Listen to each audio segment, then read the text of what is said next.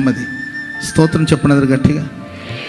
కానీ ప్రస్తుతం పరిస్థితులు చూస్తుంటే ఇంట్లో ఉన్న వాళ్ళకి నెమ్మది లేదు. ఇంట్లో అన్ని తలుపులు వేసుకుని కిటికీలని క్లోజ్ చేసుకుని పడుకుంటేనే ఎప్పుడు ఏ ఆపద వస్తుందో తెలియని పరిస్థితి. రక్షించాలనుకునే వాళ్ళు, రక్షించవలసిన బాధ్యత గల వాళ్ళే బాధ్యతను విడిచి భక్షించే స్థాయిలోకి చేరారు. ఎక్కడ మనిషికి రోజు నెమ్మది లేదు, ఎక్కడ సురక్షితమైన వాతావరణాన్ని చూడలేకపోతున్నాం.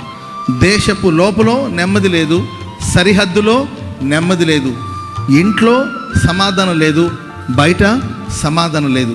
కలవరాలు, గొడవలు, సమస్యలు, మన మన మన ఆలోచన ప్రవాహం దాన్ని అడ్డగించలేకపోతున్నాం, ఆపలేకపోతున్నాం.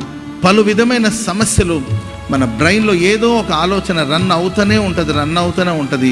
ప్రియులరా, నెమ్మది లేదు, సుఖం లేదు, సంతోషం